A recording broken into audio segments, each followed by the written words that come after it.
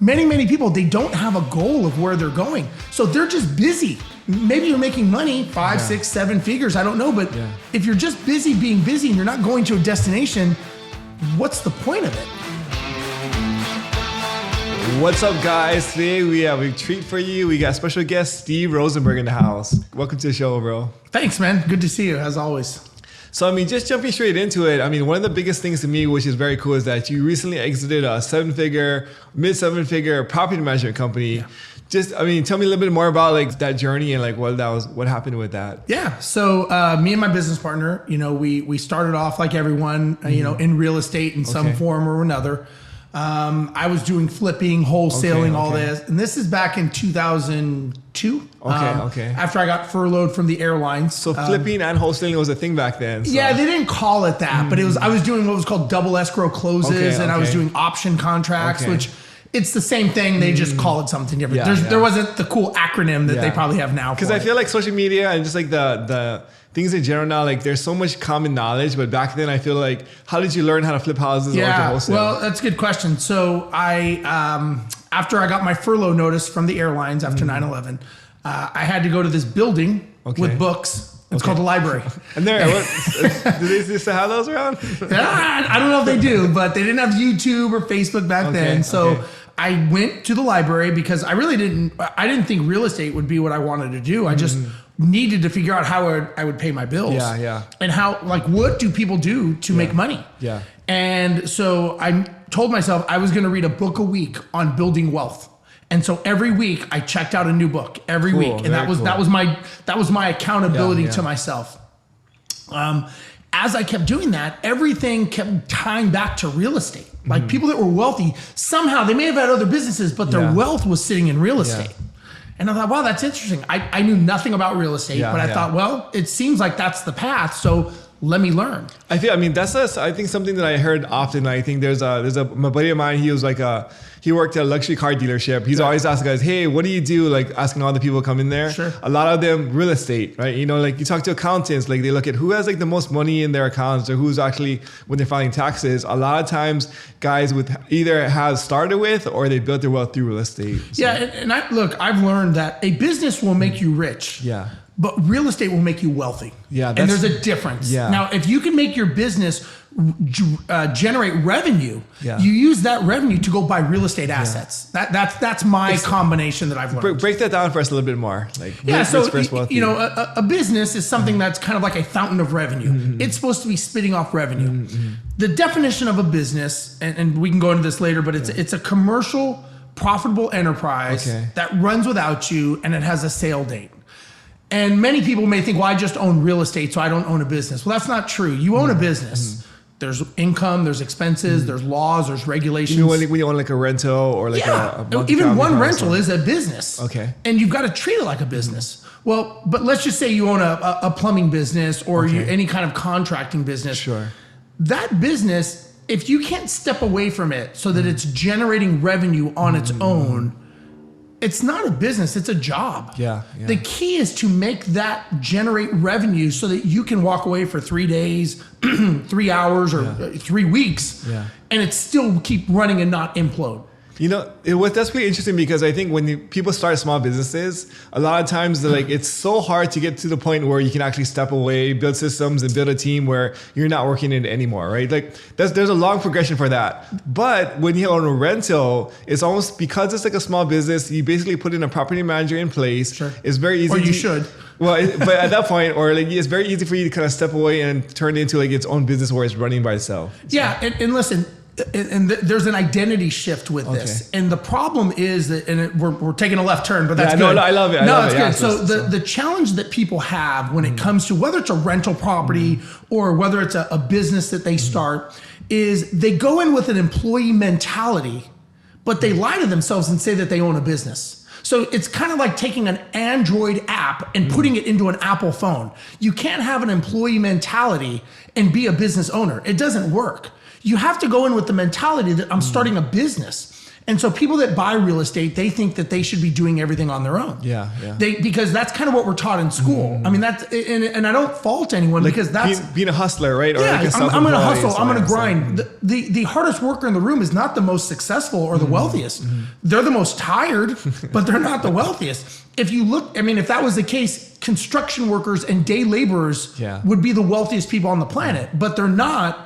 It's the people who own the businesses that are. Yeah. And that's because a business is a leverageable asset, just like real estate. And too many people, the thing is we think to ourselves, well, I live in a house, so buying a rental is the same. It's totally different. If you owned a pizza business, you wouldn't say, well, I'm a pizza. So because I eat pizza, so I'm going to do that. You wouldn't think that. Or if it was something you didn't even know anything about.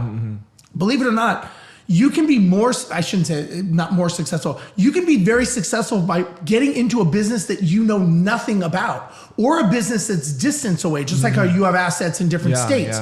Why? Because you have to build the team and leverage the team, which is a business. That's a really interesting point you made, because when I first started, I started out of state investing, where I was like, because then I felt like Hawaii was too hard. Yeah. So then it forced me to like think of it as like just like a numbers, where you have to build like it's a business. Contractors. Like I can't visit the property even, right? I have to like hire people to do everything for me, and so it was just like having a team like managing everything over there. But then when I bought my first flip in Hawaii, and actually the first couple, for some reason, like my mindset shifted, and I was there working inside trying to do the plumbing and the electrical myself. I don't know why it is, but you put on it's the thing is that's all of a sudden you're like, I should be doing something. Yeah. But the problem is we equate what we're doing with our hands, and we don't equate what we're doing with our heads. Yeah. And your best asset is your brain. And so a lot of times we think like, oh, I should be cutting tile. I should be doing this. No. You should be the business owner, not the operator. And there's a huge mental shift that you have to do. You can't own a rental property with an employee mentality and call it a business. Call it a job. I mean, just call it what it is. And I'm okay with that. But don't lie to yourself and say, I own a business. That business is rental properties. The other challenge people have is, I'll back up. When I ask people, especially real estate is one of the biggest. Now I coach hundreds, a couple thousands of people over the years in real estate business and all that. And when I ask a real estate investor, what do? They say, oh, I flip or I wholesale. I'm like, okay, well, that doesn't make sense. And they're like, why? I'm like, because that is a strategy that you're using. It's kind of like saying, I'm a rake, I'm a shovel. No. Flipping, wholesaling, see, that's a tactic. Okay. And a tactic is used in a certain time frame. So, for example, if you were a snow ski in Minnesota, you wouldn't be skiing in the summertime. Wrong tactic.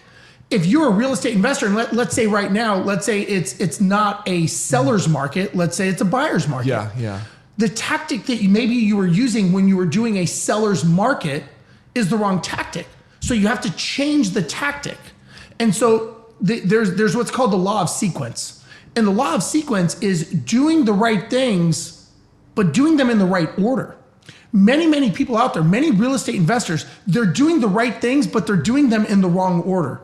This is a big epiphany. I mean, like, I feel like I'm having like a pre-coaching session right now, because for us, our main tactic has been flipping for like a long period of time, but with the market shift and kind of going downwards, we're actually thinking like maybe we should adjust our strategy to either do like wholesaling, innovations, or even be like agents. Just because like in the certain markets, like when the tide's rising, it's very easy to flip. As like the market shifts, interest rates change, the flipping is not always the best strategy. Sure. And so, it's just a tactic. And so you don't want, and the challenge is when I talk to real estate investors, I go, what do you do? And they say, I'm a flipper, I'm a wholesaler. No. You're a business owner. The subsection of that business is real estate. The tactic that you're using at this moment, you're using a rake, and that tactic happens to be burr or flip or wholesale, whatever that happens to be. Maybe it's seller financing. And that's why, people are teaching tactics, and people are using that tactic saying, well, they're identifying as that tactic. I think it's a mistake personally, because you're a business owner, and a business owner looks at everything and says, okay, that's a rake, that's a shovel, that's a broom. And your job as the business owner is to sit there and be able to be, 3 feet away or the 10,000 foot view to go, okay, guys, it's shovel time. Everyone grab a shovel. Okay, it's no more shovel time. Now it's rake time. And you have to change, because, it's kind of like, let's just say what you were doing isn't working, right? and because the tactic doesn't work. It's kind of like if you were baking a cake and you put the frosting on before you put it in the oven.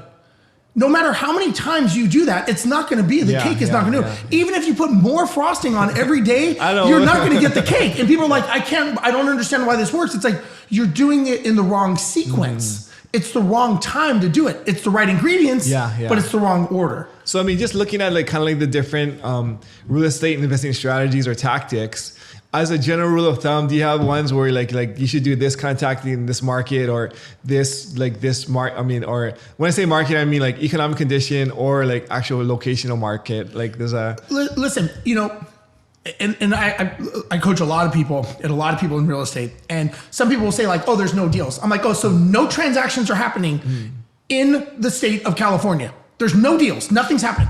Well, there's deals, but they're not good deals. Oh, okay. So the tactic you were using, the margins, whatever you want to call it, are not working. It's kind of like saying, man, there's no fruit on this tree in the wintertime. This doesn't work. Well, it's wintertime. You're not going to get fruit from a tree in wintertime. You've got to wait till the spring.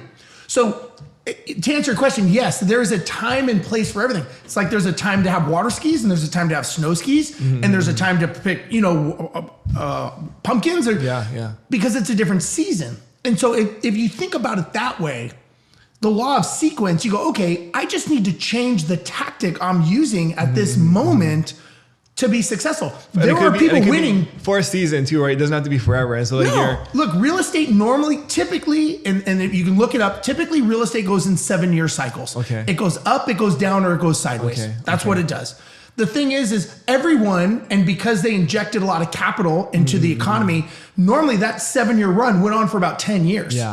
And so a lot of people thought that was the norm. They thought it's going to happen forever. They thought it's always going to be summer. It's never going to become winter. And guys like me that have done this for a while, that have seen winter several times, are like, it's coming.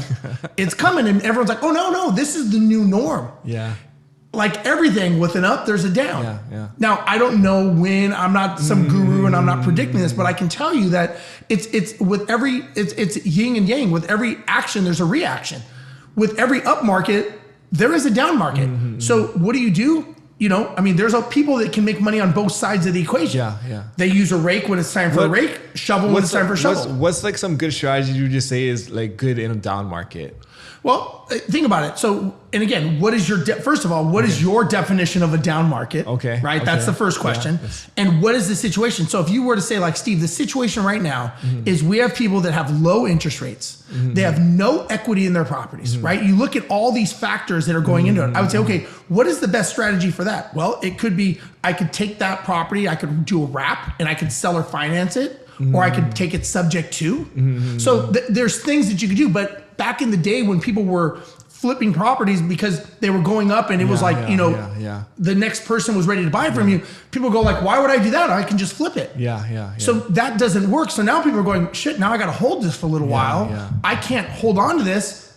Maybe if you could take the payments off my hands and you keep your note in place and I could buy this property subject to the existing mortgage. So again, my thing is the challenge people have is they identified as one thing during good times and they never learned the other tactics that were out there. Well, now all of a sudden the tide is turning, right? They say when the tide goes out, you see who's not wearing clothes. And now the tide is going out and people are going, well, shit, I was just a rake. I don't know how to do any of these other things. This is the time you should be educating yourself. The one who takes and sharpens that mental axe the whole time and they're looking at they're laying all the Legos on the table and going, okay, I think I know what I'm going to do. I'm going to take this piece, and this piece. Like I could look at a deal and go, if you came to me and said, Steve, I've got this deal and this deal, they could be two different tactics. But it would be like, the one thing we have to look at before we even ask about that is, what's the goal? Where are we going with this? Again, we were talking about this in the car right over. Many people, they don't have a goal of where they're going. So they're just busy, being busy. And I'm like, yeah, you're busy. Maybe you're making money, 5, 6, 7 figures. I don't know. But if you're just busy being busy and you're not going to a destination, what's the point of it? I think that's also a good point too, is because depending on where your goal is, that's also going to inform your tactic. Absolutely. And for us, I'm just trying to brainstorm or thinking through like my process right now is like, I feel like a lot of our deals, we're forcing them into flips when they're better, like let's say subject to or buy and holds, or just holding them for like the next 5 or 10 years. And so, one of the challenges, and listen, I'm guilty of this as well, but our ego and our pride is like, no, this will work as a flip. But if I was stepping back going, Daniel, like this is stupid. Like you're running this thing into the wall because you think it should. But clearly this is not I would look at it and go, this is not a flip. Like, look at, are the margins there? No. But do you run it into the ground to spite it, to go, we flip properties and that's what we do? I mean, that's the thing is like, I never realized like that was my identity, but I think because in the beginning, my identity was burring because like all I did was burrs. Yeah.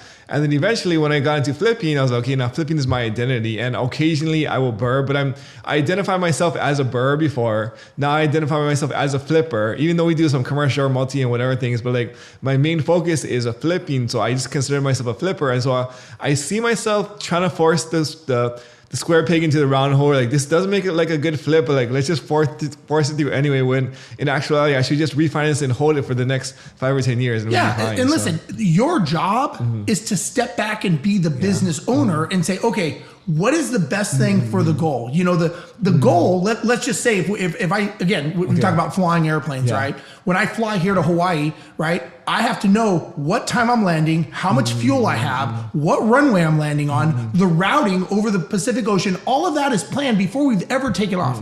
Like we don't just take off and go like, hey, where do you guys want to go? You want to go to Hawaii? You want to go to Alaska? You want to go to Rio? Like that's already preset. Like people getting on the plane know they're going to Hawaii. There's nobody shocked when we landed in Hawaii going, oh, fuck, I didn't think we were going here today, right? So everybody knows. Yeah. We know we're landing in Hawaii at 8:50 a.m., let's just say. Everything on that flight is reverse engineered for us to depart Houston, Texas at such and such time. And everybody has to be on and all their bags have to be on to be able to make it to Hawaii. So when I talk about that, I ask you, okay, does everyone on your team know what is your Hawaii? What is your destination? Meaning, okay, we are going to have, listen, I don't say like, hey, we're going to get to Hawaii maybe today, maybe tomorrow. Not really sure. We know we're landing at 8:50. So my question to you and to the people watching is, okay, we have a destination of my business. What is the day, month, and year of that destination? It needs to be like June 1st, 2027. We have a $50 million portfolio giving us 35% profit margins, and I'm working 3 hours a week. Now we know the destination, and everybody you bring on the team, you need to let them know we are going to be a $50 million portfolio with 35%. If you have a problem with that, don't get on the bus with us. Don't get on the plane because this is where we're going. So that goes into the culture. So every deal you look at, it should be going, is that going to get us to our Hawaii? Is that going to make us be a $50 million company? If the answer is no, then we pass on it. It's a good deal, but it's not a good deal for our strategy. That tactic is not going to get us there. A tactic is like a freeway. That's like saying, if you're in LA, that's like saying I'm the 405 freeway. It's like, what the fuck does that mean? Like, I flip properties. I'm of the 405. It's like, no, the 405 gets you somewhere. Got you, Where are you going? And so your job as the CEO is to ask those questions saying, hey guys, where are we going? And if they say, I don't know, Daniel, we're just busy all day putting out fires, there's a destination challenge that there's lack of clarity possibly that they don't know where they're going. And even if you have one property, right? You don't just have one property, you have a property for a reason. And you ask yourself, okay, if I have one property, is this going to get me to what I want in life? And if you can't clearly articulate that and identify that, one property, two property, three properties, all of a sudden many people, and I was one of them, all of a sudden we have maybe 5, 10, 20 properties and we're going, man, I'm busy. I'm just busy putting out fires. It's like because you're not buying them with reason. Because you don't have like the focus of where you're trying to get to. And so like you're kind of like doing work, but you're building this bridge, but you don't know where the bridge is kind of going. It's like, man, I've been driving around Hawaii all day today. Where are you going? I don't know. I'm just driving. Can you give me directions? Well, I need to know where you're going. I mean, think about it this way. Use those apps, right? Google Maps or Waze, right? What is the two things they ask you? So you need the location and then where you're starting from and where you're going. Where you're going. Right? So, think about that. So how is that? Same thing with flying a plane. How is that any different in your business or owning real estate? You don't just start somewhere and drive around. This is something I think a lot of people like don't consider, especially as like, I mean, obviously business owners is who you're referring to, but like even just like people who are starting out their journey. Like I say, like absolutely. I work in my job and I just want to get out of my job. So like, but I have like kind of like a general like direction where I want to go to, but I don't have like a clear destination in mind. Well, a lot of times, and the reason is many of us, we're running away from a life we don't want. So it's either we're either running away from pain or we're running towards pleasure. Many of us are running away from pain, the pain of the job. But if I said, where are you running to? They can't tell me. What they do is they'll tell me all the things they don't want. I don't want a 9 to 5. I don't want to be told what to do. I don't want to be worried about money. But guess what happens? Whatever you focus on expands. And you're focusing on the things, and I go, well, how's that working for you? And they're like, it's not. I have the same fucking problems. Like, it's even worse. I'm making no money. I'm like, that's because you're not focusing on where you want to go to. You're focusing on what you're running away from. Well, how can somebody, so like, let's say like they're just starting out on their journey, and so they just know they want to quit their job, their W-2, but it's like they don't have like they can't envision what that life looks like down the road 3, 4, 5, 6, 7 years from now. How does somebody like, what's like the first step to try and figure that stuff out? You know, I think like anything, you know, I'll equate it to like a rocket ship, right? When you look at a rocket ship, right? And again, rockets know where they're going, right? But they have booster gates. And once they reach a certain altitude, specifically, certain things have to happen for them to shed that booster rocket to get to the next level. So you may say, okay, I don't know where I want to be in 7 years, and that's okay. Where do you want to be in 3 months? Where do you want to? And then now let's go out. So 6 months. Short-term goals. Short-term. Let's buddy hop. You have like a general idea of where you want to be, like let's say like 7 years from now. But then like the thing is, you have to narrow it down. So like in the next 3 months, the next 6 months, here's like my waypoint where to get to somewhere over here where I'm trying to get to. I'll give you an example. Let's say I talk to someone who's 20 years old, and they go, "I want to retire in 15 years." Okay, at least we know. 35, but if I'm talking to someone who's 85 years old and they're like, I want to retire in 20 years, I'm going to go, I don't really know if that's going to work, you know? So we have to be realistic with our goals. And I say, okay, and again, that's the next thing is, okay, when you say, let's say we're talking to a 20-year-old person that wants to get involved in real estate, which is awesome. And I go, okay, what do you want? And they're like, well, I don't want this. I'm like, that's not what I asked you. What do you want? And we'll try to identify that. And like, okay, I want to, you know, like I've coached people and I'm like, okay, I want to survive without having to get a job. I'm like, how much is that? And they're like, $20,000 a month. I'm like, you have fucking $20,000 a month bills? They're like, well, no. I'm like, well, how much bills do you have? And they're like, we break it down. It's like $3,500, $4,000. I'm like, so if we made $4,100, you're pretty much retired. By definition. Not saying you're living in a lavish life, but maybe that's the first rocket booster. Financial freedom, right? So so let's just get you to the 4,100 so that you're good. And then the next rocket booster may be, okay, now I want to get to 8,100. And what is going to get that there? So you may say like, okay, I want to have, you know, I need $4,000 a month in passive income. Okay. What's going to get that to you? Is flipping going to get that to you? Well, flipping's not passive, as we all know. That's a job. But you could take the money from flipping and say, okay, I'm going to do 3 flips and buy one buy and hold. Use the money for that. Okay, now we have a strategy. We're using tactics to make the strategy. And again, to the 4,100. So whenever you come to me and say, hey, Steve, does this make sense? My first question is always going to be, where are you going? Because if you can't identify where you're going, it's pointless. You're just saying, hey, Steve, I think I'm going to drive around the subdivision for a couple hours. I'm like, go ahead, but it's not going to get you anywhere. So you really need to reverse engineer. And again, if you don't know, it's okay not knowing, but just being busy is not the answer. That's so good. I mean, I'm just thinking, I feel like there's a lot of guys who can relate to this where they're trying to. I was one of them. I mean, look, I'm not immune to it, man. And I think it's also interesting too, is like your goals and your things will change as you go further. So like for me, for instance, I was like, I just want financial freedom. So like, I was like, I just want to like not have to work. I just want to like not have a job. And then so like I worked super hard for like 3 years, reached financial freedom, quit my job. But after I quit my job, I was like, my plan was to just retire and live on the beach, but I realized like actually that's not what I want out of my life. Like there's so much more to accomplish and to experience. And so like after I reached that goal, like my new goals changed. And so I feel like every year, like I'm like reevaluating like where I'm trying to get to, but it's like it's helpful to have like at least a destination where you're striving to hit, and then when you hit it, you can like evaluate, say, is this good, or do I want to continue on and do something different? Yeah, and so let me hit on that a little bit, because I was the same when I sold my business, right? And I think one of the challenges that we have is we think it's about a destination. And life is not a destination. Like when I sold my business and we built it, took us 7 years. We had 1,000 properties. So 7 years, you guys built the property management company, basically starting from zero, you and your partner. From zero. And then after 7 years, you sold for a 7-figure exit, mid 7-figure exit, which is amazing. And thank you. And I thought, man, I'm done. Like, I'm going to get this members only jacket. I'm in this cool club. I'm the, you know, and you know, everyone's patting you on the back. Congratulations, blah, blah. And I'm like, I got, you know, 7 figures. Life's over. I'm good. I'm good. And the funny thing is, this is the reality, right? That was like on a Friday. And Sunday night, my wife's like, you got to take the trash out. And I'm like, we're millionaires. Like, we don't have to do that. She's like, I don't give a shit. Like, the trash has to go out. And I'm like, oh, so now I'm taking the trash out. And I'm like, wow, this is, and then the next week, everybody goes back to their life. Yeah. And all of a sudden you're like, hey, like, where's this club I thought I was going to be in? And the thing is, nobody cares. Yeah. And all of a sudden you're like, because the people that we had to become, I had to become an entrepreneur to build a business. I became this person. You don't just shut that off. The growth mindset, the constant the leadership, reading books and everything. All of a sudden, trying to like build yourself out, because like it takes a big individual in order to accomplish that. And so like in the process, the person you become is not the person who's going to just sit there and live on the beach and retire. No, right? You're not, because that's not our identity. That's not who we are. And all of a sudden we realize, like, you know, and a lot of people think like, oh man, if I could just make 7 figures, I'd be happy. Mine was 6 figures. Like if I could just make 6 figures, I made it in life. And then you're like, but if it was 7, but if it was 8, and all of a sudden you realize like literally when all that money transferred in my bank account, it was very anticlimactic. Like it was very like, oh, like it's there.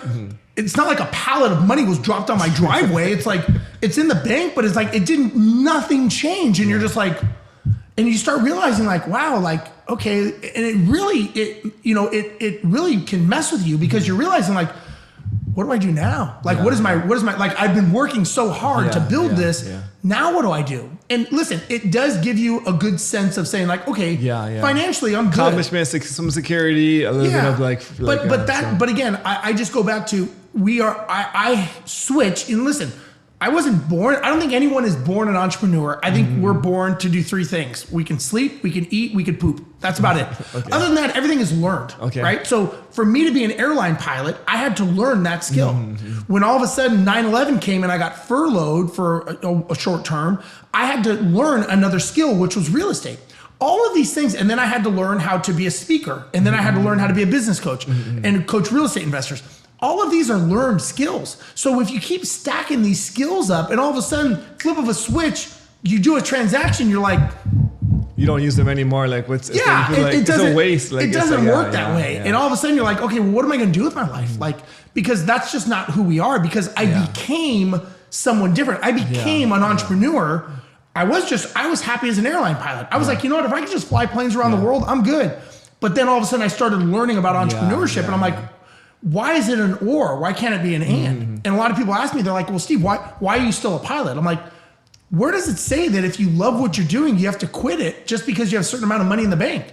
Like, I get to come here, you know, I'm going to be speaking in New York after this, and I'm going to be in Denver with some friends of ours speaking. I go to Amsterdam, I have clients that I coach there. Like, why can't I enjoy my life and travel? Those are the people who hate their job and hate their life, right? So like, why would I continue to do something I hate when I don't have to? But because if you do something that you enjoy and you love, then like I want to do this and live this life of freedom, or this entrepreneurship life. Absolutely. Another thing too, I think it's really like I feel like I had a similar journey where when I was like a W-2 person, like my skill set or my level was like here. Like that's all I needed for that job. Right. Then as I kind of got into the world of entrepreneurship, investing, and that level, my leadership, my speaking ability, like everything like in my life had to level up in order to achieve the goals that I wanted to achieve. And I feel like I'm a completely different person today than I was like 5 years ago. Well, listen, I think we're on a journey. I think all of us are on a journey in life, right? And the journey is made up, you know, we write a page every day in our book of life. Right? And I think our life is made up of chapters. Chapters begin and chapters end. Our 20s are a chapter, our 30s, maybe the military, high school, college. Those chapters begin and chapters end. And we take information from those chapters and we carry them forward. When I sold my company, we were very successful and very profitable. And people asked me, they said, Steve, like, why did you sell? You were doing good. I'm like, it was time to end the chapter. Who says it has to be a miserable chapter and driving it into the ground to shut it down, to close the chapter? I'm like, it was time. I wanted to start coaching. I wanted to start helping people. I wanted to start doing that. I'm like, I wanted to speak around the world. Why do I have to be miserable, drive this thing into the ground and go, now I hate it and now I'm leaving? There's nothing wrong with leaving at the top. And so we take skill sets from these chapters and we carry them forward. Now, sometimes people never close a chapter, which is not good. What do you mean by, can you explain that? Well, like, listen, I think we probably all have friends that we went to high school with that maybe whenever you talk to them, they're still talking about the high school days. Yeah. And you're like, bro, like that was 30 years ago, man. Like you gotta or they're talking about things in the past. Listen, I know many real estate people that are talking about when it was. And they're talking about, pre-COVID or COVID. I'm like, that chapter ended. Like again, going back to that was a tactic and that chapter is over. Yeah. And a lot of people refuse to close that chapter. I'm like, what you don't understand is that chapter's over whether you want it to be or not. Like you can keep reliving that chapter. You can be the guy that's, wearing outdated clothes going back to the 70s club in the 80s, but that chapter was over, right? Yeah. Not to say it won't come back again, right? 70s music came back again. So, I mean, it's really important for you as you're going through like these transitions to recognize when the chapter is over. Absolutely. And then change your tactic, your strategy, your mindset and shift into the new chapter. Otherwise, if you're kind of stuck in the behind, you're basically like shooting yourself in the foot at that point. Well, right? and listen, yes. And here's the thing, when it comes to real estate, when it comes to being a business owner, which real estate investors are, or anything, the challenge is there's no one there to tell you if what you're doing is right or wrong. You don't know it either until your bank account says zero or until you're standing in front of a judge. That's one of the biggest things is like you have like full control of your life when you can make your own decisions. But the bad thing is you have full control of your life and you can make your own decisions. There's no one to tell you like, hey man, this is... Versus like in my W-2, right? It's like, you tell me what to do. And then like, if I do it, then great. But then now I'm like, okay, like nobody's telling me what to do, what decisions to make. I can sleep in. I can go to the library. I could go to the beach. I can buy this deal. I can pass on this deal. There's no one tapping you on the shoulder going, hey, like, and that's a lot of times when I coach people, they're like, I need someone to bounce this off of, just to go, hey, am I crazy? Like, does this make sense? Like, I'm not going to look at it from any other perspective, but as a business coach saying, does this get you to where you're going? Like, I'm the voice of reason. Like, listen, I'm all for doing deals. I'm all for getting better as long as it's for a reason. Don't just do it for ego and pride. And listen, I've lost more money in real estate than more people have ever made by making stupid decisions and buying deals. And what I tell people is, until you buy that deal and it's now your problem and you lay your head at the pillow at the night and you've got to try to figure out how the hell am I going to get out of this fucked up deal? There's no one there to tell you like, hey, this is the path, right? That doesn't, you've got to figure it out, and I've had some horrible deals that I had to figure out creatively, and I did, how to get rid of them by doing different things, and it worked, and I lost money on the deals. I lost a little bit less than I would have on other ways, but I was like, I've got to get out of this. And that's, when all of a sudden you're like, I got a rake, I got a hammer, I got this. Okay, which one am I going to use to get out of this bad deal? A bad deal's a bad deal. It's like, you have sour milk, you're not going to make it good. The milk is sour. You got to throw it out. And so sometimes we don't do that. We hold the milk going, it's going to be better. I can fix it. It's like, you can't fix it. But also like to your point, I think you touched on a really good thing where people can hire you to coach them, or they can get around circles. And I think it really helps to have like another person to bounce ideas off of. And whenever you're trying to process like a situation or problem, sometimes like a solution or even like something where you're trying to expand, it's also helpful to have somebody else like to just talk through your ideas and kind of like work through them together. Like that's and listen, this is just from going through this evolution of helping so many people. One of the things I've learned, and listen, I started out in real estate, so I'm a big believer in it. But the challenge is when you're around certain types of people, like if you're just around real estate investors, right? Everyone is thinking real estate. That's all they're thinking. So it's like everything is a nail because they're a hammer, and they can't look at anything else. Well, what I realized when I started coaching like roofers, property management people, people that sell coffee, people that do plumbing, people that sell cars. At the end of the day, when you really think about it, we're all entrepreneurs. We're just using a different type of strategy to get to our goal. One person is using real estate, one person is using roofing, one person plumbing. Even within real estate, so like if I'm in a room of all flippers, everybody just talks about things about flipping. If you're in a room of all estate investors or like rentals, that's all I think about is estate investors. And so it's kind of like who you surround yourself in your tribe, right? It's like and at the end of the day, like, listen, I've got some people that I coach that are doing 30 to 50 million a year in revenue, contracting companies. Very, very, now they've been doing it a long time, very successful. You're telling me that you can't learn about dealing with contractors and dealing with vendors out of this guy's experience, like about branding and marketing, and again, and he learns from, listen, it's between our ears. But think of how much knowledge people are missing out on. So when I do my coaching, I bring all these people together. And all of a sudden it's like, well, that guy does coffee. How is it related? Well, he's got branding. He's got supply chain. He's got to deliver stuff on time. He's got to deal with vendors out of the country. The principles are very similar. It's all the same. I was having lunch with this fitness guy actually. So he has a online fitness program where he signs up people through Instagram, and then he has like this coaching program. And we were having a chat, but I was like, a lot of like our strategies is like very similar on the marketing side, right? Because like you're trying to get clients, you're trying to get eyes, you're trying to take people through your process. And so as we kind of chopping up, I was like, actually I can use like what your strategy you use there, I'm gonna apply it to my business because that's genius. The way that you like get people to stop the scroll or certain things is like, wow. And then we have some automations. Like, dude, like those are amazing automations. I think I'm gonna take this back into like my fitness coaching program. So and listen, there are 5 fundamentals of building your business. There's 5, right? And you have to build the foundation of your business. I don't care what you're doing. You've got to build these 5 fundamentals in your business, or you will not succeed. Okay.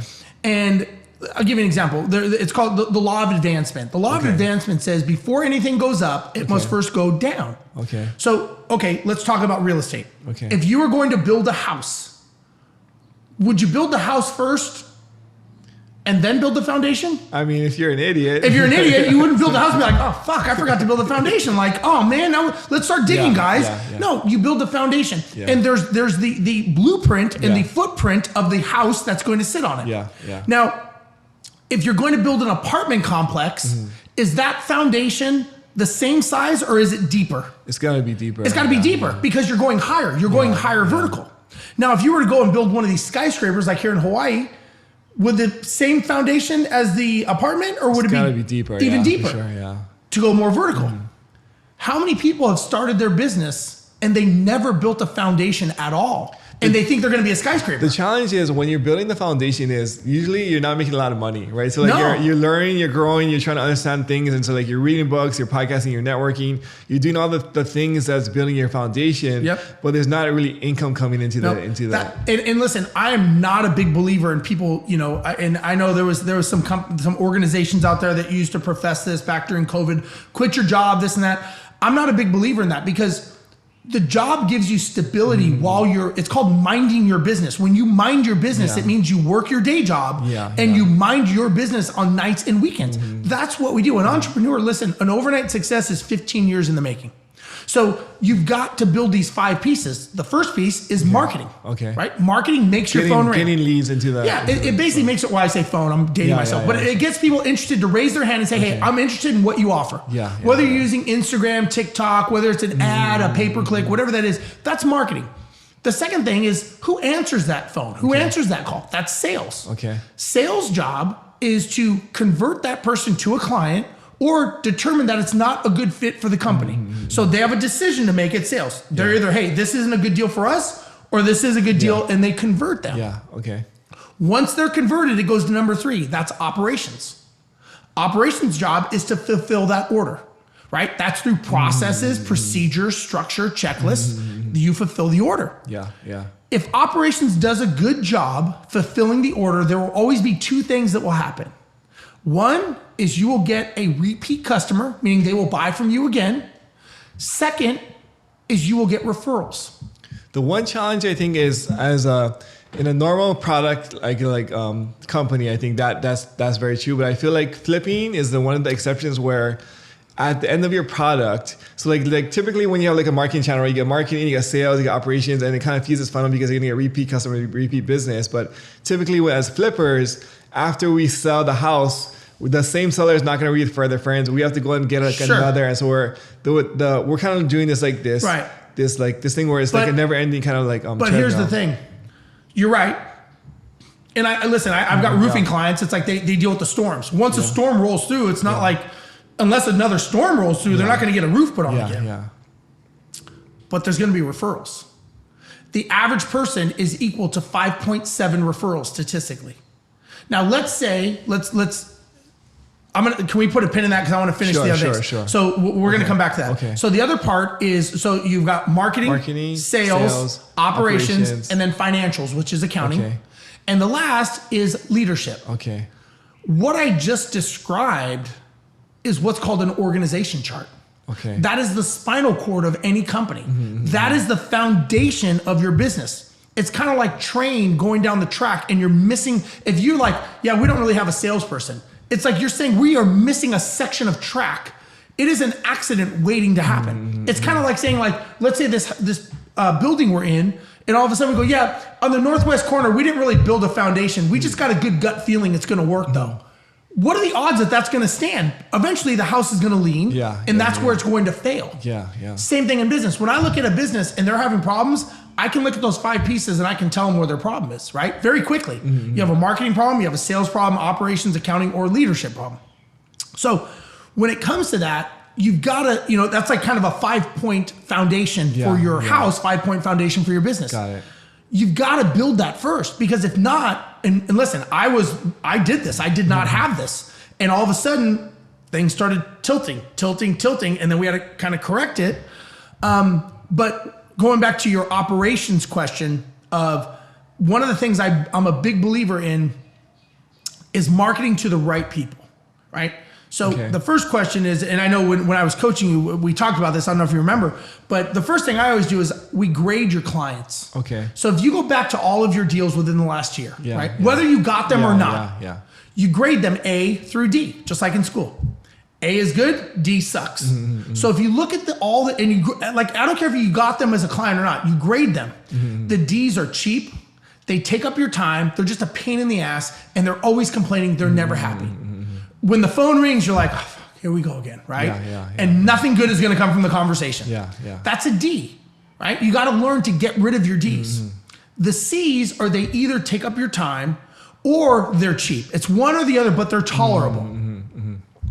The B's are your majority. They're the silent majority. You don't hear from them. That you do a deal with them, whether it's a contractor, vendor, buyer, seller. They do the deal. They're happy. They don't complain. They're good. The transaction goes smooth. You shake hands. You part ways. Hey, thank you so much. The A's are just like the B's, except they're raving fans. They're evangelical. They always refer people to you. So what you need to do, and this is for anyone watching, what you need to do is you got to take your A's and B's and you have to find the common thread with them. What is the average age bracket? What is the average income? Or even if it's not an income, what is the average price range of the property? Right? What was their demographics? What area was it? Were you here? Were you in Kansas City? Where was it? Biggest question you have to ask is, what problem did you solve for them as to why they went with you? That's the question. And if you don't know, you just ask them, hey, just curious, why'd you call me? Why'd you use me? What made you want to use me? You do the same thing with your D clients. Why'd you call me? What made you want to use me? They may go, well, fuck, you showed up at 6 o'clock on Sunday evening and you gave me 50% off. Okay, I won't be doing that again. But when you find your A's and B's, now you know your target. They said, well, you were transparent. You showed me everything right up front. You had your contracts with you. You were right on time, right on target. That is now your marketing message that you're going to target other A's and B's. Because guess what? If let's say I'm a buyer. And I do a deal with you. And you go, man, Steve was great. He referred people. Statistically, I'm worth 5.7 Steves right behind me. So the question is do you have a referral program? Because your referral programs are your highest conversion, highest margin of any marketing strategy you have. Because you already have a known entity that liked you. I feel like that applies to certain businesses, but I feel like the flipping or wholesaling is one exception to that rule. I mean, I could be mistaken, but I mean, you are. Because I have clients that I do this with. And the thing is because you're getting in your own head with experiences because you haven't tried it. So you got to be like, what if? Like my thing is like, what if Steve's right? Like, what if there are? Like here's my question. How many people have you asked for referrals from? As far as like the buying their houses from them? None, I think. So So I guarantee it won't work. Because you haven't asked them, right? But if you said, hey, we have a referral program, do you know anyone else that would be looking to sell their property in this neighborhood? This is a great neighborhood. Do you know anyone else that maybe we could help?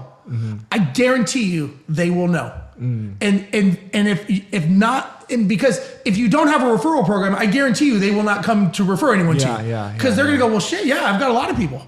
Because why? Birds of a feather flock together. And if you're going, man, this is a perfect neighborhood. If we could just stay in this neighborhood, this would be awesome. I would start asking, who else do you know? You'd be shocked because a referral is just like if I said, hey, you should use Daniel, man. He took care of me. He's a great guy. He's going to take care of you. You can trust him. All of my guards are down.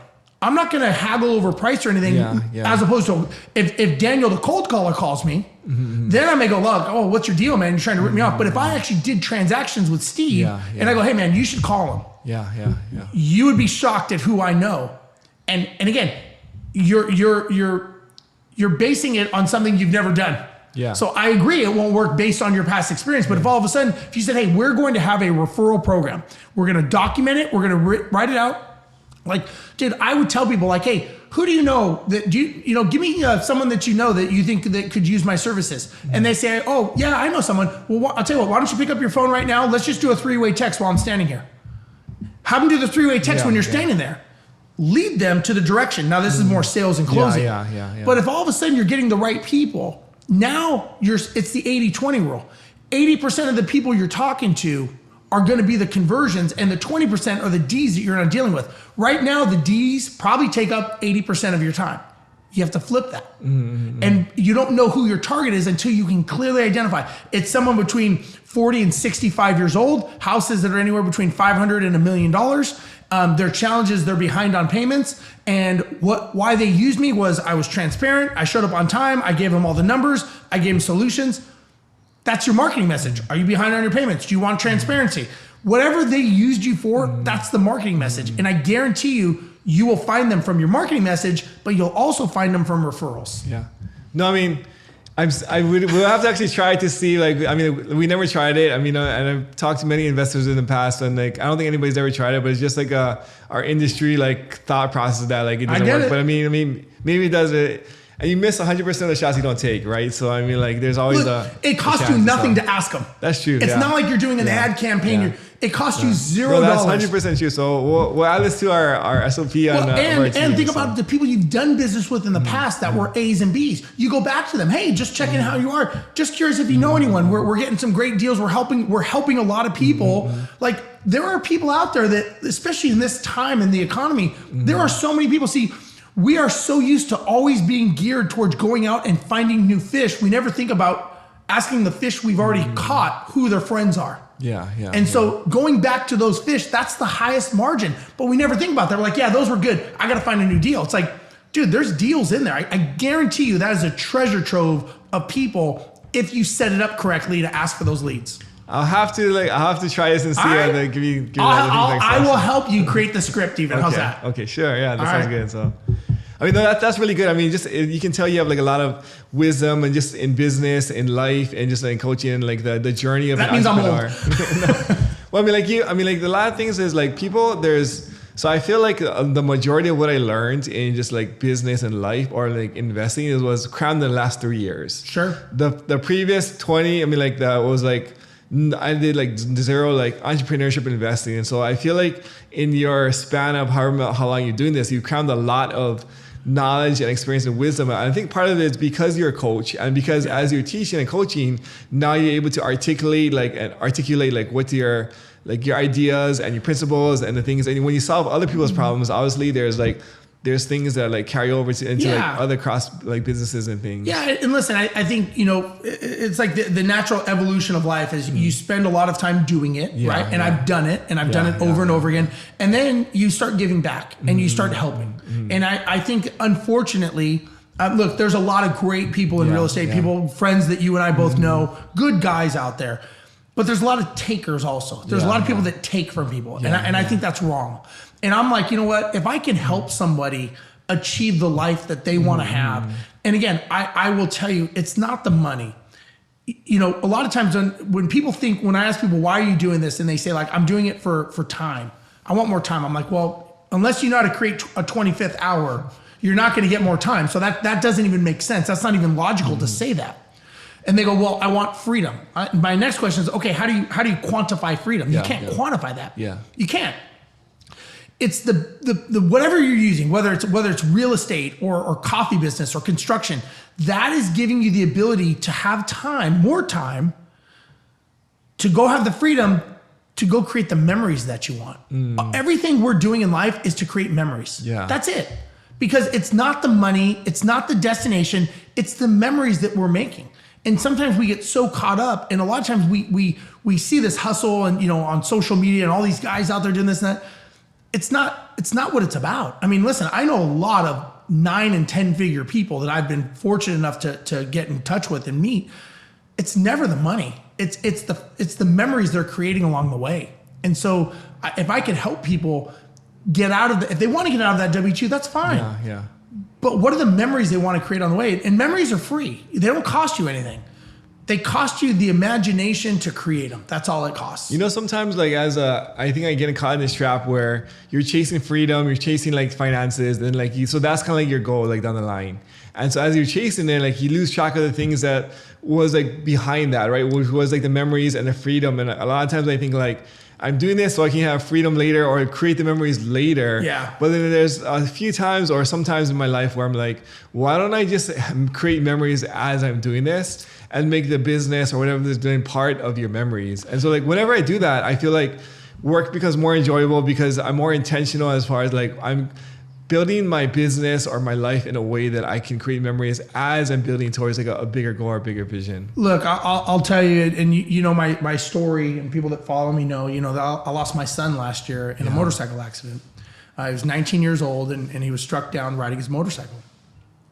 And, you know, one of the reasons I really help people a lot more now is I really reflect back on his life, 19 years. And that kid, during 19 years, he traveled to 19 countries. Right? He bought his first rental at 14 years old, 2nd degree black belt, played rugby, was a drummer in a Metallica band. I mean, this kid lived a fucking amazing life, right? He really did. And I tried my best, my wife and I tried our best to really give him a great life. Mm-hmm. And it was crammed into 19 years. We didn't know, no one obviously knew. And that was his time on earth. That was a chapter, right? That chapter closed. And during his funeral, there was pictures, you know, thousands of pictures of everywhere we had taken him, all the stuff. I mean, picture after picture of all stuff. And as I was sitting there, I remember looking at those pictures and I thought, you know, all of those memories were free. Me riding motorcycles with him, that was the best memory I could ever have. All the stuff that we did, like those were free. And so, you know, I tell people as entrepreneurs, sometimes we sit there and say one day when I have time, one day when I have money. Listen, I will tell everyone watching that, and I hope it doesn't happen, but if you ever get a knock on the door like my wife and I did at 10:30 at night, all those memories are over. Yeah. And I'm blessed to be able to say that I'm glad I was able to have that time with my son instead of saying, fuck, I wish I would have. Because that's the regret that we can't get back. And so one of the reasons I help people and why I'm so passionate about, like I said, we were talking in the car about trying to help people is like, I want people to realize it's not about one day. It's about today. You and I hanging out, we're going to go have dinner later. Those are the memories we create. It's in the now because we don't know what's coming tomorrow. And I've dealt with it firsthand, losing a son, that it's something that you can never get back. I can't go back to that day. I can remember it. I got the memories, and I'm just thankful that I was able to spend the time that I did with him and be able to create that. So that's the thing is we always think to ourselves one day, but man, we don't know when that one day is going to happen. We don't know what's ever going to happen. We're not promised anything.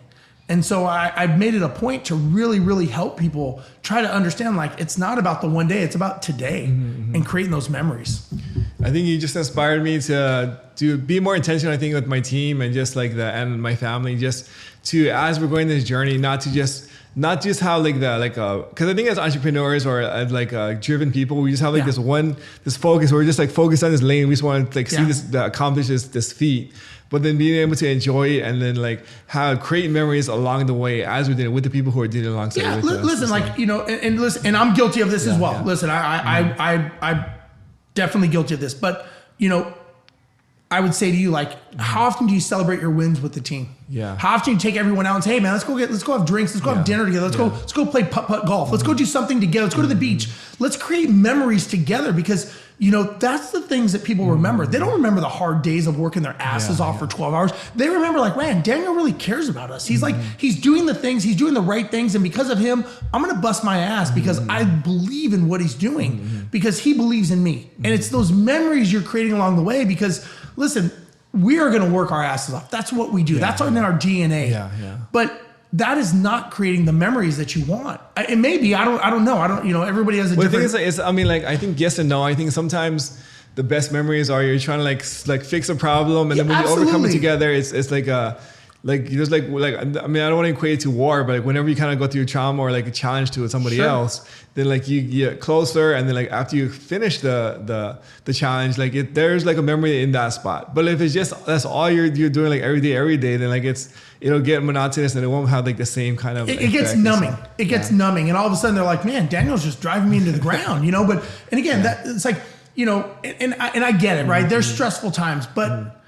It's stressful because we make it stressful, right? When you think of a business, right? When you think of a business, it's just repeatable tasks done over and over again. It's the emotions we put into it, the stress we put on getting the deal closed, the stress we put on getting a deal. We inject the emotional side of the business. The business, look at essentially what do? You buy a property, you fix it up, you sell the property, you make a profit. At the very core. Yeah. The principles are very similar. The principles are the same. It's the emotions that we inject into it on a high, on a low, on a good day, on a bad day, vendor, contractor, subs, all the bullshit we deal with. That's what we inject into it. And it's either good or, listen, as an entrepreneur, it's a penthouse to the cellar every day, right? When did you start off the morning? Awesome. By the end of the day, you're like, I'm quitting. I can't deal with this anymore. This is bullshit. That's an entrepreneur's lifestyle. And I get it, right? It's not like you're always going to be happy. We don't ride unicorns over a rainbow, right? I get that. But there is something to be said about actually enjoying the journey. And that's why we're doing this. Because if not, you could have a miserable job, and that's not why you're doing this. So, I mean, do you have some advice for people who are either just starting or they're in the middle of their journey? And how can we be more intentional and just enjoying the journey as we're experiencing it? Man, without maxing out on credit cards. I think, listen, memories are free. Like, and I go back to my son. Like, taking him to McDonald's was that was a memory. Stopping and slowing down and going, you know what? I'm just gonna take a breath here. Let me just take a breath. Right? The world is not going to collapse if I stop right now. So I think sometimes we have to slow down to speed up. And again, I'm guilty of this as well. So I don't profess that I'm not this guy. But sometimes I sit back and go, you know what? And look, I wear these wristbands. This is for my son. Let's live like Jet. His name was Jet. And he lived an amazing life. And whenever I have a bad day, I kind of look down at my band and I'm like, I kind of need to live more like Jet. I kind of need to be a little bit more intentional and go, you know what? Is it really that bad? Is life really that bad? And so I think of that, like, that's kind of my grounding thing. Whenever I'm talking and I'm starting to get stressed, I just kind of rub it and I'm like, okay, you know what? Listen, I coach a lot of people, right? And I'm on a coaching call. They're like, oh man, I'm having a fucked up day, this and blah, blah. And I'm like, you know what? It could be worse. So just think about it. And they're like, you're right. I'm like, I'm not trying to put you in my shoes. I'm just saying it could be worse. So let's talk about what's going right. Give me some perspective to like the whole situation. Yeah. Like I'll give you an example. A lot of times when you have let's say you have a business partner, you have a partner in a deal and your spouse is not involved in the deal, right? She's not involved in it all. What do we do when we go home? We bitch and complain about all the things that are wrong. And finally she goes, why don't you just get rid of this guy? Or why don't you just stop doing what you're doing? You're like, stop, I love doing it. And she's like, really? Because all I hear you is bitching every single day about this one deal. And you're like, oh no, you're not getting it. But it's like, is that really fair to her, right? All we do is we say the bad things. We never talk about what was good. I mean, and it's natural, right? We're always like, oh man, this guy didn't show up or this and that. And this deal's going sideways. We never talk about, oh man, this is amazing. I had an amazing day today. Let me tell you about my day. We never talk about the pluses. We only talk about what's wrong. That's when you got to step back and go, you know what? Let me just live like Jet. Let me just enjoy the moment here for a minute. And so that's what I mean. Just whatever that mechanism, whatever that trigger is that you have, you just got to use it to say, okay, you know what? Why am I doing this? Let me step back and remember, no one's forcing me to do this. I'm choosing to do this. So I can either choose to be happy or I can choose to be miserable. Which am I going to choose? Yeah. That's really good. I mean, I feel like I'm guilty of that because I complain to my wife all the time. Like, oh, like this deal, like look, we all do. We all do. Like how you just with this client, this partner, this vendor, like this team member. But then I don't like really celebrate the wins with her. I'm not really like this is like an awesome day. This is awesome. We had a great day. The team got together. We all got along. We never talk about that. We kind of like, it's like, is it really my spouse's job to get all the shit dumped on them? Is it like, they didn't sign up for this? It's like, dude, you wanted this. Like, just quit if you're unhappy. Like, oh, unhappy? I love doing what I'm doing. It's like, really? Because all they hear is what? The negative. So it's just, again, like that's when I coach people. I'm like, look, if you want to bitch and vent, call me. Don't bitch to your wife. Call me and go, hey man, I just need to vent. And I'll let them vent. I'm like, do you want an answer or do you just want to vent? They're like, let me vent first and I'll tell you. I'm like, okay. I'm like, that's cool, man. I'm like, you want to bitch? That's fine. But I'm like, don't take that home. One thing we used to do, property management, obviously dealing with tenants and, we had a lot of properties, is property managers are very stressed. Yeah. And one thing that I'd learned is you've got to be able to leave it at the office. So what we used to do is we would take they'd have a rock on their desk. Something simple like a rock. It's a trigger. It's a mental trigger. And when they would leave, they would put the rock in a basket at their desk. That meant that they were leaving it there. It's like, look, leave it there. Leave all the stress, everything that you're doing, don't take it home. Put it in the basket. When you come back in the morning, put the thing back on the desk and now deal with the thing. Have a clear mind, but don't carry that home. Disconnect. The one thing about being a pilot is I can't take my job home. When I land a Boeing 777, I'm kind of done for the day. Like I come here, like I landed here. I'm done until I fly out tomorrow night.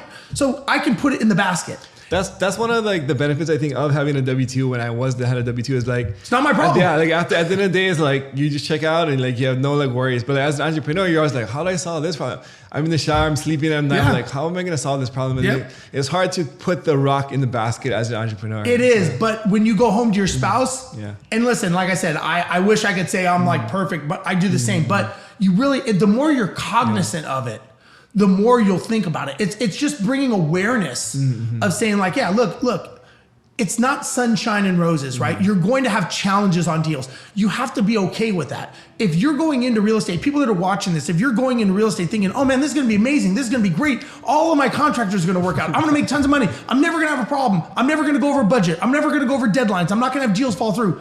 You're setting up false expectations. So it's kind of like, maybe you just didn't think this through correctly. Is that's a shame on you for not being expectations. So listen, we've been doing this long enough that we know there's gonna be bad days. Some days it's our day in the barrel. Put it in the basket. And sometimes you can put it at home, you can put it here, but the more you think about it, and listen, we have these smartphones, right? It's so easy.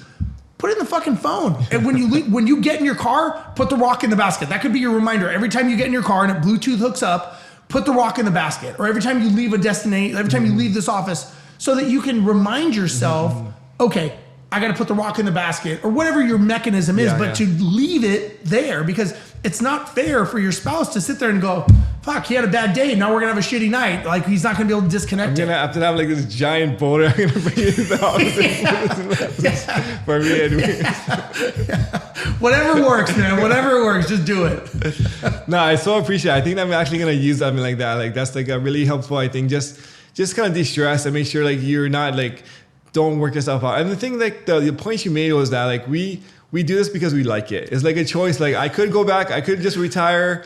Sometimes I feel like I just want to quit everything, and but at the same time, it's like you won't. Yeah, I mean, like I love it too much. I enjoy the pain, or like the challenge, and like also the reward. So I think just having that reminder to just remember that, no, I actually love this stuff. Like, it helps to reframe like your perspective and your day, and like well, and the other thing you got to remember is you have employees.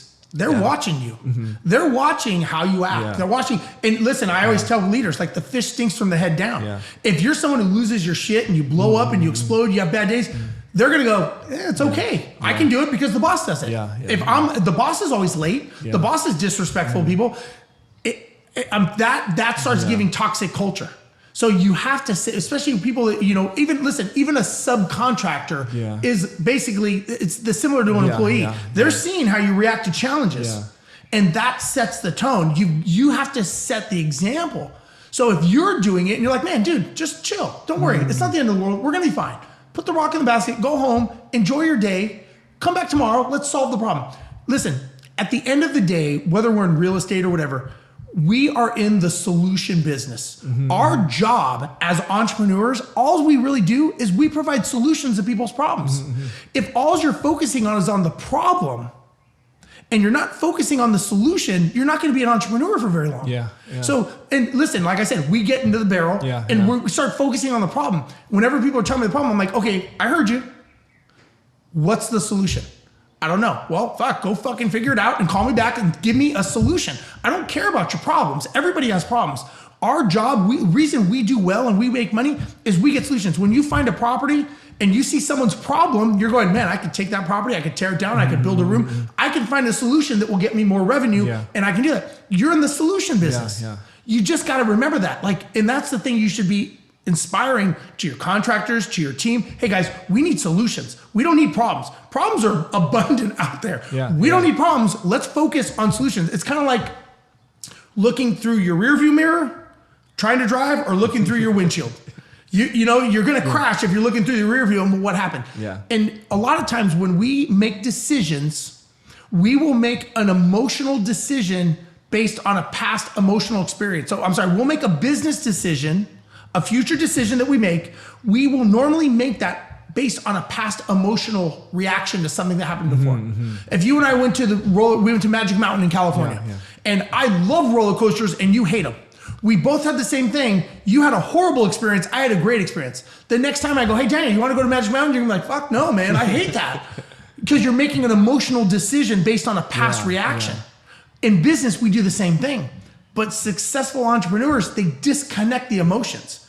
Because business is not about emotions. It's about facts, figures, numbers, and data. And so we have to always remember, this is about numbers and data. It is not about my opinion. It is not about emotions. If you can't back it up with facts and figures, you got to get them before you make the decision. And your team, when you're working with people, hey guys, that's great. Give me some data to back it up. I love that. I mean, like these are so, I mean, I feel I'm getting like a little free coaching session over here. I'm going to apply all these things to my team. Man. So, it's so good. Like, I'm just picking your brain after when we go to dinner, we'll have some more conversations too. I'm just going to try and you're just an amazing dude. I mean, I so appreciate like your wisdom, your insight. And I feel like if people want to sign up for coaching or they want to reach out to you, what's the kind of the best way to do so? They can find me on Instagram, right? I'm on all the channels, Instagram, TikTok, all that stuff. My name, Rozenberg Steve, or Steve Rozenberg with a Z. Or they can go to my website, steverozenberg.com, ROZENBERG.com. And I do 2-day events in Houston, Texas, showing people how to build their business. Depending on their situation, I give away free tickets if somebody doesn't have the financial means. Like, listen, after I've lost my son, I am a big believer in trying to help people, and I don't need the money. Listen, I have enough money to live. I may not have Brandon Turner money, but I got enough. I got some good money with me. But my thing is I just want to help people. So if someone comes to me and they say, hey, I really want to come learn from you. I don't have the money. I'd probably give you a free ticket just to come and learn. Like, hey, you got to get yourself to Houston. You come to Houston, it will change your life. Like, listen, you came to my mansion events before. Great. Yeah, it was great. I put everything into people because that's just who I am. That's how I am. I'm a big believer in giving back. If somebody wants to learn from me, they would have to basically tell me they don't want to learn, because I will give them every reason to come, and I will take away any objections like money or whatever. I'll give you a free ticket. I don't care. But come and be prepared to say, you know what? What if? What if Steve could actually change my life? I mean, listen, you've known me for a long time. One thing people say about me is I'm authentic, I'm consistent, and I'm sincere. 100%. That's what people say. Like, I am who I am, right? You see me on the street, we see me anywhere. That I'm on, I go after this, I'll be in New York speaking in front of a couple thousand people at the Business Expo. I'm going to Kuala Lumpur speaking in front of 5,000 people in 2 weeks. I'm the same guy. I am who I am. I'm authentic. I just want to help people. So if people want to learn and they really want to change their lives, just reach out to me. I will make sure that I will do everything in my power to help you get a different perspective. This was an hour. Imagine 2 days with me, because we did 4 days at the mansion event. So that's how I want to help people. Thank you so much, man. I appreciate your time. You're the man, Steve. Appreciate you.